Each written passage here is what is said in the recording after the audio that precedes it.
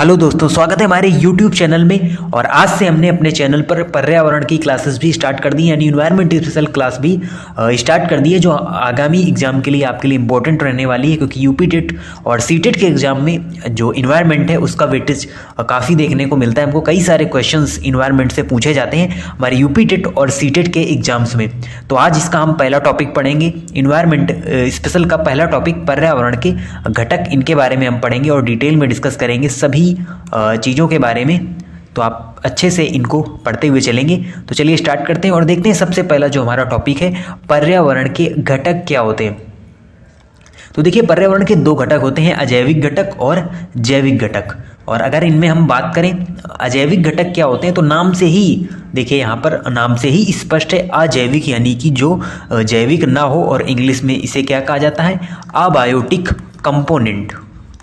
Abiotic component यानी कि अजैविक घटक। और अजैविक घटक में कौन कौन से आते हैं, यानी जो सभी हमारी निर्जीव वस्तुएं हैं वो हमारी अजैविक घटक के अंतर्गत आती हैं। और इनमें कई सारी निर्जीव वस्तुएं हैं और इसको भी हम दो भागों में बांटते हैं। अजैविक जो हमारे घटक हैं उनको हम दो भागों में बांटते हैं, एक तो हो जाते हैं हमारे प्राकृतिक और एक हो जाते हैं हमारे कृत्रिम।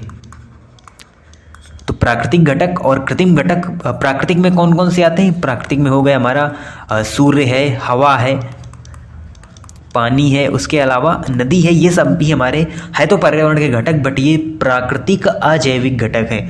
यानी ये सभी एक प्रकार से हम ये कह लें, ये सभी अजैविक घटक हैं और प्राकृतिक घटक हैं। उसके अलावा अगर हम बात करें कृत्रिम की, तो कृत्रिम में आ जाते हैं हमारे डैम हैं, रोड हैं, ये सभी मानव निर्मित हैं, कृत्रिम अजैविक घटक के अंतर्गत इन्हें हम रखते हैं। उसके बाद आगे अगर हम बात करें तो ये हम यहाँ पर देख सकते हैं, इस प्रकार से विभाजित किया जाता है, बायोटिक फैक्टर्स और अबायोटिक फैक्टर्स। यानी बायोटिक मीन्स जैविक घटक और अबायोटिक मीन्स जो हमारे अजैविक घटक हैं, यानी नॉन लिविंग थिंग्स और लिविंग थिंग्स, ये हमारी शामिल होती हैं बायोटिक और अबायोटिक कंपोनेंट्स में। फिर अगला हमारा घटक है जैविक घटक। तो जैविक घटक नाम से ही स्पष्ट है, बायोटिक कंपोनेंट या जो भी वस्तुएं हमारी जीवित हैं, सभी जीवित वस्तुएं इसके अंतर्गत आती हैं। सभी जीवित वस्तुएं इसके अंतर्गत आती हैं, जैविक घटक के अंतर्गत। उसके अलावा अगर हम बात करें तो इसके भी कई सारे भाग होते हैं जैविक घटक के भी, जिनमें हमारा प्रोड्यूसर है, कंज्यूमर है। अब देखते हैं उत्पादक क्या होते हैं। तो उत्पादक, जिनको इंग्लिश में हम क्या कहते हैं, प्रोड्यूसर कहते हैं। और इनका काम होता है स्वयं भोजन बनाना, यानी जो प्रकाश संश्लेषण की क्रिया द्वारा भोजन बनाते हैं उन्हें हम किस कैटेगरी में रखते हैं, इन्हें हम उत्पादक की श्रेणी में रखते हैं। यानी फोटोसिंथेसिस के द्वारा ये अपना भोजन स्वयं तैयार करते हैं और इसीलिए इनको उत्पादक कहा गया है, क्योंकि ये जो भोजन बनाते हैं उनसे फिर आगे के जो कंज्यूमर हैं या डिकम्पोजर हैं वो सभी इससे वहाँ पर भोजन प्राप्त करते हैं। तो प्रकाश संश्लेषण द्वारा भोजन बनाते हैं उत्पादक। तो इनमें कौन कौन शामिल है, तो प्रकाश संश्लेषण की क्रिया द्वारा जो हरे पौधे हैं, हरे पेड़ पौधे हैं, वो इससे भोजन बनाते हैं और इन्हें ही रखा जाता है उत्पादक की श्रेणी में। यानी जो पौधे हैं, प्रकाश संश्लेषण की क्रिया होती है, फोटोसिंथेसिस की क्रिया होती है और उससे फिर ये अपना भोजन बनाते हैं और उन्हीं पेड़ पौधों को खाकर फिर उन पर जो आश्रित हैं, यानी उपभोक्ता, जिनके बारे में हम आगे अभी पढ़ेंगे। तो हरे पौधे, उसके अलावा नीरहलित शैवाल, यानी जो शैवाल हैं ये भी अपना भोजन खुद ही बनाते हैं। कई बार क्वेश्चन पूछा जाता है कि इनको किस कैटेगरी में रखा जाता है शैवाल को, तो आपको याद रखना है ये होते हैं उत्पादक। फिर अगले हैं उपभोक्ता। उपभोक्ता कौन से होते हैं, कंज्यूमर। तो उपभोक्ता वो होते हैं जो उपभोग करते हैं, यानी इनका काम भोजन बनाना नहीं होता, ये दूसरे जीवों से अपना भोजन प्राप्त करते हैं। तो जो जीव दूसरे जीवों से या पेड़ पौधों से अपना भोजन प्राप्त करते हैं उन्हें हम क्या कहते हैं, उन्हें हम उपभोक्ता कहते हैं। दूसरे जीवों से भोजन प्राप्त करते हैं।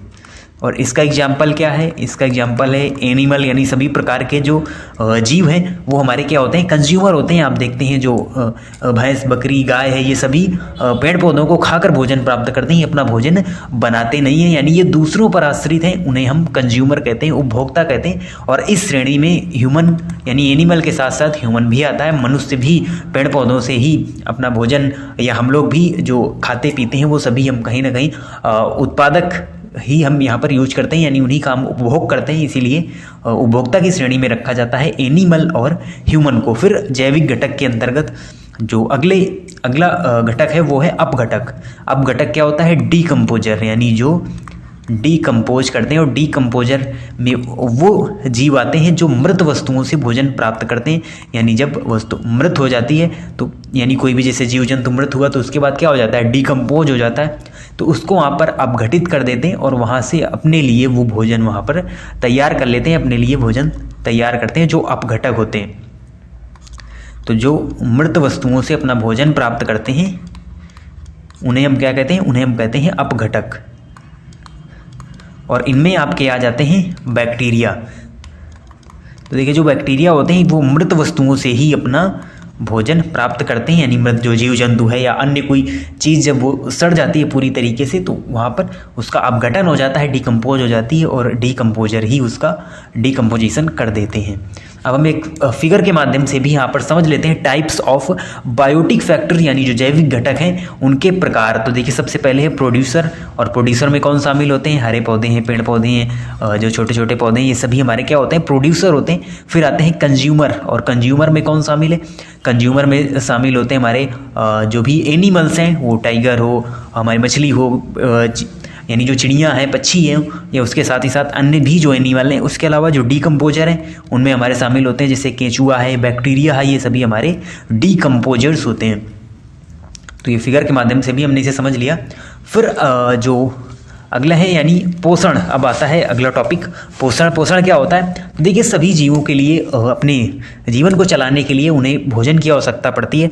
तो उस भोजन से जो हमें प्राप्त होते हैं, जो महत्वपूर्ण तत्व प्राप्त होते हैं, वही हमारा पोषण होता है। यानी जैसे पोषक तत्वों में कई सारे पोषक तत्व होते हैं तो उसे ही हम पोषण कहते हैं, और यही जो प्रणाली होती है इसे हम पोषण प्रणाली कहते हैं। और इसी में आते हैं दो टर्म्स हमारे, जिनमें है स्वपोषी और परपोषी। तो देखिए स्वपोषी क्या होते हैं? तो जीव सूर्य के प्रकाश में सरल कार्बनिक पदार्थ CO2 और H2O की मदद से अपना भोजन बनाते हैं, उन्हें हम स्वपोषी कहते हैं। देखिए इनमें थोड़ा सा ही डिफरेंस है अभी जो हमने पढ़ा, यानी ये एक प्रकार से प्रोड्यूसर ही होते हैं, प्रोड्यूसर का ही एक प्रकार होते हैं स्वपोषी। तो नाम से ही स्पष्ट है स्वपोषी, जो अपना भोजन स्वयं बनाते हैं। तो यही तो हमने आपको पीछे बताया था उत्पादक में, तो इनमें थोड़ा सा ही डिफरेंस होता है, ज़्यादा डिफरेंस नहीं होता। जो अपना भोजन स्वयं बनाते हैं वो होते हैं स्वपोषी, जो अपना भोजन स्वयं बनाते हैं, यानी प्रकाश संश्लेषण की क्रिया द्वारा ये अपना भोजन स्वयं तैयार करते हैं, जिनमें CO2 और H2O की सहायता से प्रकाश संश्लेषण क्रिया में CO2 और H2O वहाँ पर जरूरी ही होता है, और उसी से ही अपना भोजन तैयार करते हैं, और इसीलिए इनको हम स्वपोषी कहते हैं। और इंग्लिश की अगर बात करें, इंग्लिश में इनको क्या कहा जाता है? इनको कहा जाता है ऑटोट्रोप्स। ऑटोट्रोप्स इन्हें कहा जाता है, यानी ये होते हैं स्वपोषी। और इसका एग्जाम्पल भी वही है जो प्रोड्यूसर का है, यानी कि हरे पेड़ पौधे। तो जो हरे पेड़ पौधे हैं ये अपना भोजन स्वयं बनाते हैं, और इनको स्वपोषी की कैटेगरी में रखा गया है। उसके बाद जो दूसरा टर्म है वो है यहाँ पर परपोषी, यानी पर माने दूसरे पर आश्रित परपोषी जो होते हैं उनको इस श्रेणी में रखा गया है। और ये क्या होते हैं? ये यानी ये भोजन बनाने में सक्षम नहीं होते, ये हमेशा दूसरे पर ही निर्भर होते हैं, यानी CO2 और H2O की सहायता से ये भोजन नहीं बना सकते हैं, की सहायता से भोजन बनाने में सक्षम नहीं होते, यानी अपना भोजन तैयार नहीं करते। यानी परपोषी हम ये कह सकते हैं एक प्रकार से ये होते हैं कंज्यूमर। तो कंज्यूमर और परपोषी एक समान है, इनमें ज़्यादा डिफरेंस नहीं है, भोजन बनाने में सक्षम नहीं है।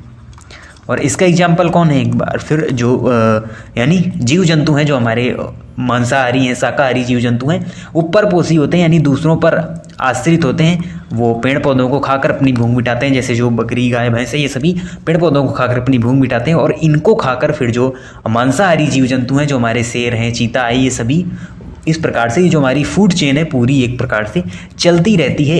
इन्हीं जो घटकों की सहायता से ही पूरी हमारी फूड चेन, पूरी पारिस्थितिकी इस प्रकार से ही कंटिन्यू होती है, इस प्रकार से ही चलती रहती है। फिगर के माध्यम से भी हम देख लेते हैं। तो टाइप्स ऑफ न्यूट्रिशन, यानी पोषण को ही इंग्लिश में कहा जाता है न्यूट्रिशन, और यहाँ पर भी दिए हुए हैं ऑटोट्रोप्स, यानी ये होते हैं क्या? स्वपोषी। तो स्वपोषी में आटोस मीन्स होता है सेल्फ, ट्रोपोस मीन्स फीड, यानी जो स्वयं को फीड करें उन्हें ये हम कहते हैं आटोट्रोप्स इंग्लिश में, या जिसे हिंदी में स्वपोषी कहा जाता है। Use simple inorganic substance and either light energy photosynthesis, यानी कि प्रकाश संश्लेषण क्रिया द्वारा ये अपना भोजन स्वयं बनाते हैं। उसके बाद आते हैं हेट्रोट्रोप्स। हेट्रोट्रोप्स किसे कहा जाता है? परपोषी को कहा जाता है, यानी जो दूसरे पर आश्रित होते हैं। यहाँ आप देख सकते हैं obtain energy through intake and digestion of organic substance, यानी एनिमल और प्लांट टिश्यू से जो अपना भोजन प्राप्त करते हैं उन्हें हम क्या कहते हैं? उन्हें हम परपोषी कहते हैं, और इंग्लिश में इन्हें ही हेट्रोट्रोप्स